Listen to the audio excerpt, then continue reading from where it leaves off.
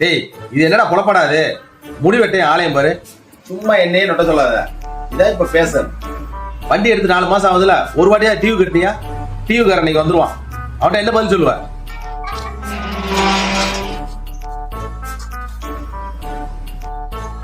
Sir Kumar இந்த வந்துட்டான். வா சார்.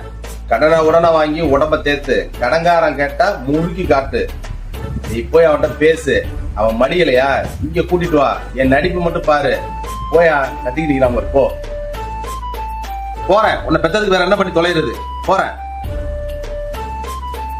சார் வண்டி எடுத்து 4 மாசம் ஆகுது, இன்னும் ஒரு டிவி கூட கட்டல. என்ன நினைச்சுக்கிட்டு இருக்கீங்க சார்? அடுத்த மாசம் எப்படியே கண்டிப்பா கட்டிடுறேன் சார். ஒரு மாசம் டைம் கொடுங்க சார். சுத்தி ஆள்லாம் இருக்காங்க சார், எனக்கு பேசாதீங்க. ஐயோ, அக்கம் பக்கத்துல பார்த்தா கேவலமா இருக்குன்னா பணத்தை கட்டு சார். வாங்க சார். யோ எதுக்கே கூப்பிடுற?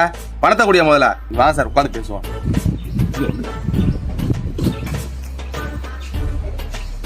பணம் இன்னைக்கு வாங்காம நான் போக மாட்டேன்.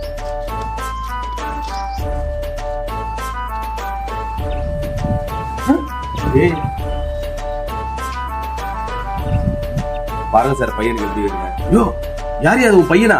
என்ன எப்படி இருக்கான்?